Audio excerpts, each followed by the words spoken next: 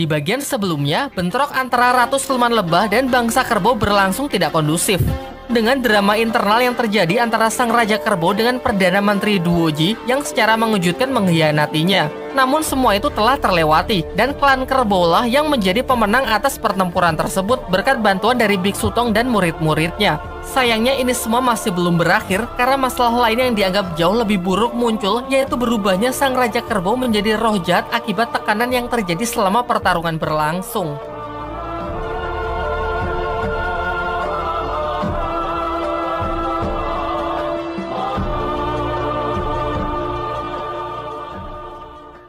Ditunjukkan konflik di dalam dirinya yang memperlihatkan jiwa sang adik kerbau seakan-akan ditelan oleh kekuatan kegelapan yang mencoba mengambil alih tubuhnya. Biksu Tong lalu menjelaskan bahwa pemicu dari meledaknya kekuatan roh jahat pasti adalah luka di lengan Raja Kerbau hasil pertarungannya dulu dengan Ratu Siluman Lebah. Selama ini ia memang mengamati luka tersebut yang semakin memancarkan aura yang mengerikan. Hal ini diperburuk dengan meluasnya aura kegelapan tersebut yang mempengaruhi para siluman kerbau lain di sekitarnya, mengakibatkan mereka juga jatuh dalam kebencian. Kemudian Biksu Tong menjelaskan rencananya untuk menghentikan Raja Kerbau dengan menyadarkan jiwanya sebelum ia berubah sepenuhnya menjadi siluman jahat. Lantas ia segera memerintahkan Patkin dan Wuching untuk mengatasi para pasukan kerbau yang terdampak. Sementara ia sendiri akan merapalkan mantra penyucian kegelapan demi menyadarkan Sang Raja Kerbau. Dalam sekejap, Biksu Tong pun langsung memulai ritualnya dengan menciptakan penghalang cahaya suci di sekitar siluman kerbau untuk menekan kekuatannya. Mulailah ia membaca bait demi bait mantranya. Di saat yang bersamaan, kita disajikan kilasan balik siluman kerbau yang memperlihatkan adik kerbau kecil sedang menangis, meratapi nasibnya yang selalu sendirian dan dijauhi oleh orang-orang sekitarnya. Hal ini karena ia terlahir memiliki kekuatan dahsyat yang tidak bisa ia kendalikan, mengubahnya menjadi monster sehingga selalu menghancurkan apapun di sekitarnya. Kemudian ia didatangi oleh jiwa Raja Kerbau yang mencoba menenangkannya. Jiwa itu mengatakan agar jangan takut karena itu bukanlah kekuatan yang mengerikan, hanya saja ia belum bisa mengendalikannya. Saat itu juga mereka pun bersatu untuk berbagi kebahagiaan bersama sampai adik kerbau bisa bertemu dengan seseorang yang bisa menerimanya. Sementara itu, Biksu Tong masih berupaya keras untuk mengembalikan kesadaran dari Sang Raja Kerbau. Ia mengingatkan bahwa dirinya adalah teman yang akan menolongnya dan menyarankan agar jangan mau kekuatan kegelapan tersebut menguasai dirinya. Namun sayangnya penghalang yang dibuat Biksu Tong tak cukup kuat untuk menahan amukan dari Sang Raja Kerbau yang semakin menggila. Dengan mudah ia pun dapat menjebol pertahanan tersebut dan langsung berniat menyerang Biksu Tong. Sadar bahwa mantra penyucian jiwanya tak lagi bisa menyadarkan jiwa siluman kerbau, Biksu Tong pun tak ada pilihan lain selain menggunakan jalan kekerasan meskipun terlihat kejam. Namun nampaknya Biksu Tong pun juga bukan tandingan karena kekuatan Raja Kerbau yang semakin meningkat seiring berjalannya waktu. Ia pun terus mendesak Biksu Tong sembari meneriakkan keinginannya untuk memakan daging segar. Biksu Tong yang sudah terpojok melihat titik kelemahan siluman kerbau tersebut, ia pun segera melancarkan serangan terkuatnya. Sayangnya serangan itu juga masih tak memberikan serangan yang berarti. Ia pun semakin cemas melihat kondisi siluman kerbau yang semakin buruk. Mengingat jika ia berubah sepenuhnya maka akan menjadi bencana bagi bangsa kerbau. Di tengah kepanikannya, Bailang yang telah kembali segera membantu gurunya dengan melilit siluman kerbau menggunakan kekuatan naga apinya. Tak menyia-nyiakan kesempatan ini, Biksu Tong pun segera melepaskan serangannya sekali lagi. Singkatnya, bala bantuan pun kembali datang. Kali ini Aoshe dengan kekuatan barunya membantu Bailang untuk menahan amukan dari Sang Raja Kerbau. Sementara Biksu Tong yang kembali bangkit segera mengumpulkan sisa kekuatannya demi menyadarkan Sang Raja Kerbau. Diperlihatkan jauh di dalam diri siluman kerbau, terdapat jiwa adik kerbau yang hampir ditelan oleh aura kegelapan. Ia kemudian meminta maaf kepada Biksu Tong dan yang lainnya karena sudah tidak bisa kembali lagi. Karena selama ini ia berpikir bahwa Sun Wukonglah orang yang selalu ia tunggu-tunggu. Namun setelah mengetahui kematiannya, kini harapan tersebutlah sirna dan tak ada lagi gunanya ia tetap hidup. Ia telah putus asa dan merasa hidupnya sangat hampa karena selama ini hanya menyakiti orang-orang di sekitarnya.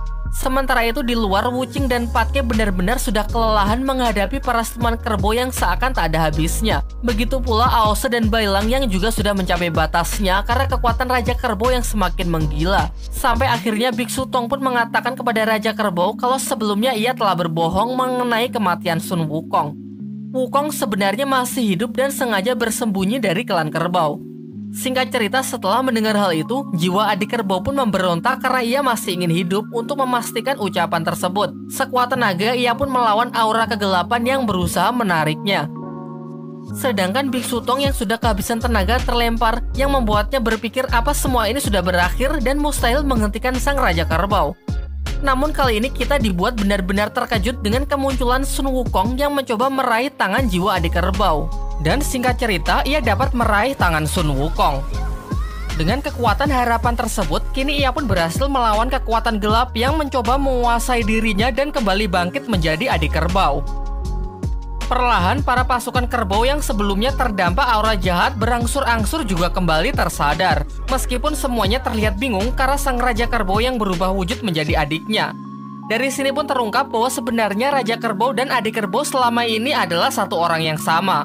Sedari awal, jiwa Raja Kerbau telah merasuki tubuh adik kerbau yang selalu kesepian. Setelah itu, Biksu Tong mengajak semuanya untuk kembali. Karena kali ini pertempuran benar-benar sudah berakhir menjadi kemenangan dari klan kerbau. Sin kemudian beralih memperlihatkan Xiaoyi yang nampak kebingungan karena dirinya yang harusnya berada di sarang lebah tiba-tiba terbangun di sebuah kamar. Bailang yang datang menanyakan kabarnya dan menjelaskan kalau klan kerbau sudah memenangkan perang dengan mengalahkan Ratu Siluman Lebah sehingga kini tak ada lagi yang perlu dicemaskan. Sementara itu, Biksu Tong pergi menemui adik kerbau untuk memberikannya obat demi menyembuhkan luka-lukanya. Namun si adik kerbau malah mendesak Biksu Tong dengan menanyakan apakah ucapannya mengenai Sun Wukong yang masih hidup adalah benar. Biksu Tong lalu mengatakan kalau Sun Wukong memang masih hidup. Ia lantas menyuruh adik kerbau untuk menemuinya nanti malam di gerbang barat. Singkat cerita, malamnya adik kerbau langsung bergegas pergi ke tempat yang sudah dijanjikan. Dan benar saja terlihat di bawah sebuah pohon Wukong berdiri tengah menunggunya. Adik kerbau lalu mengungkapkan kerinduannya. Lalu juga mempertanyakan mengapa waktu itu Wukong langsung pergi tanpa mengucapkan selamat tinggal. Wukong beralasan bahwa dulu ia harus segera menuntaskan misinya untuk mengambil kitab suci. Sekarang pun masih sama, karena ia sedang mengemban tugas untuk mengembalikan kitab suci ke tempat asalnya. Ia lalu menjelaskan bahwa semua kekacauan yang terjadi, kekuatan jahat yang merajalela, termasuk apa yang telah menimpa klan kerbau adalah dampak dari api suci. Benda tersebut haruslah segera dikembalikan agar dunia kembali damai seperti semula. Akan tetapi adik kerbau merasa kalau penantiannya selama 16 tahun ini sudah sangat lama. Ia pun meminta agar dirinya diajak saja dalam perjalanan tersebut. Tentu Wukong menolak permintaannya dengan alasan bangsa kerbau kini sangat membutuhkan sosok pemimpin untuk membangun kembali semua pasca rentetan bencana yang telah terjadi. Ia lantas menyuruh adik kerbau untuk sabar menunggunya dan berjanji setelah tugas selesai ia akan datang menemuinya. Dan ternyata setelah adik kerbau pergi, terungkap bahwa tadi itu bukan Wukong yang asli, melainkan Wuching yang menyamar atas perintah dari Biksu Tong. Meskipun terlihat kejam karena telah menipunya, hal ini perlu dilakukan agar adik kerbau tetap memiliki harapan yang menjadi alasan ia harus menjalani kehidupannya.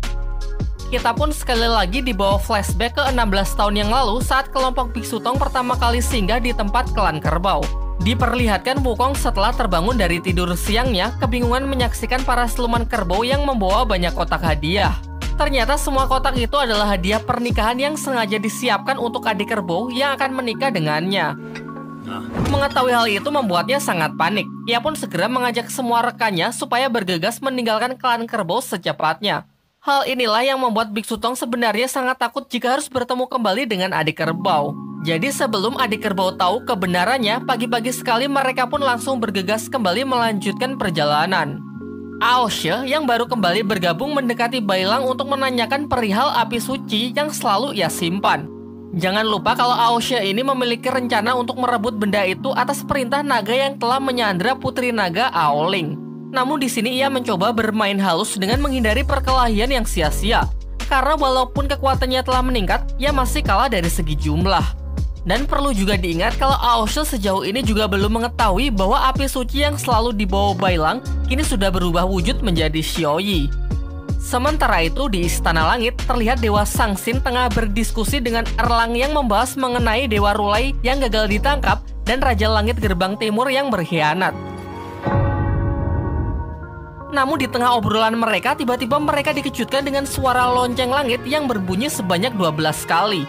Hal ini merupakan sesuatu yang buruk karena menjadi pertanda kelahiran dari siluman yang sangat kuat. Dan benar saja, kini Sun Wukong telah berhasil mendapatkan kehidupannya kembali. Bagian ini